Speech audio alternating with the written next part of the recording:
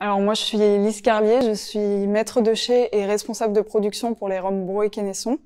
Et je m'occupe notamment de toute la partie opérationnelle. Je m'occupe de mettre en musique un petit peu toutes les activités qui se passent dans le chai. Et moi je suis Xavier Piron, je suis maître de chai et maître assembleur pour les rhums Bro et Quénesson. Et mon travail consiste à assister Lise dans l'opérationnel et également à m'occuper du gardiennage de l'ADN de la marque au niveau des aromatiques et de la continuité des produits dans la reproduction et dans la création. Alors les rhums Bro et Quénesson, ils ont été créés en 2022, donc il y a eu 2 ans, là, le 28 novembre. C'est une marque qui se situe à l'usine du Marin, sur le site historique de l'usine du Marin, au Marin.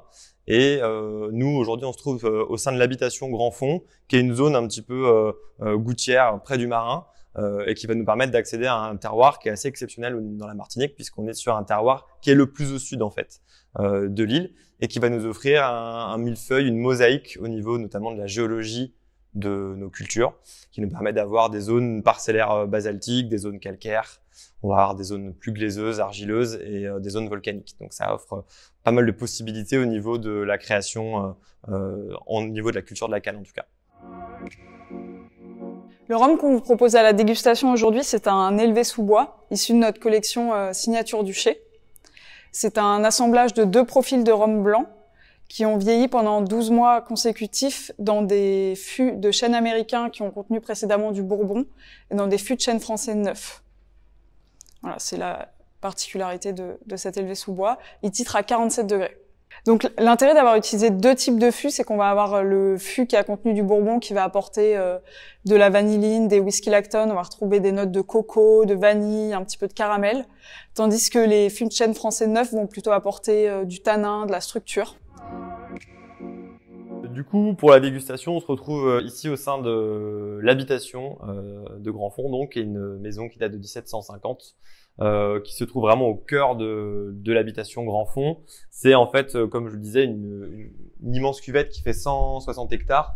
Nous, on a 40 hectares qui sont plantés en canne à sucre, uniquement de la B5992, qu'on appelle ici la canne roseau, qui est une canne qui est plutôt résistante et qui a un très haut taux de sucré.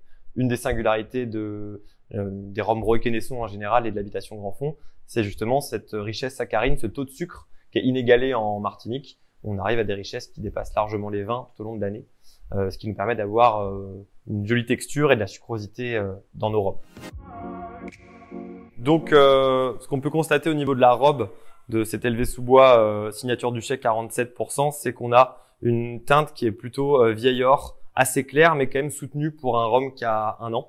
Et ça s'explique justement par l'assemblage des fûts ex-Bourbon, qui vont apporter surtout ces notes gourmandes et pâtissières. Et par contre, voilà, le fût français neuf qui lui va apporter des élagitanins, de la structure, de la lignine et donc de la couleur à l'ESB. On a également, si on laisse le rhum redescendre doucement sur les courbes du verre, des larmes qui sont assez grasses et qui laissent deviner déjà une structure, une texture du rhum qui va être assez opulente, assez généreuse. Au nez, on va retrouver la fraîcheur de la canne à sucre. On va avoir des notes florales sur le miel, notamment. Puis des notes un peu fruitées d'orange amère confite.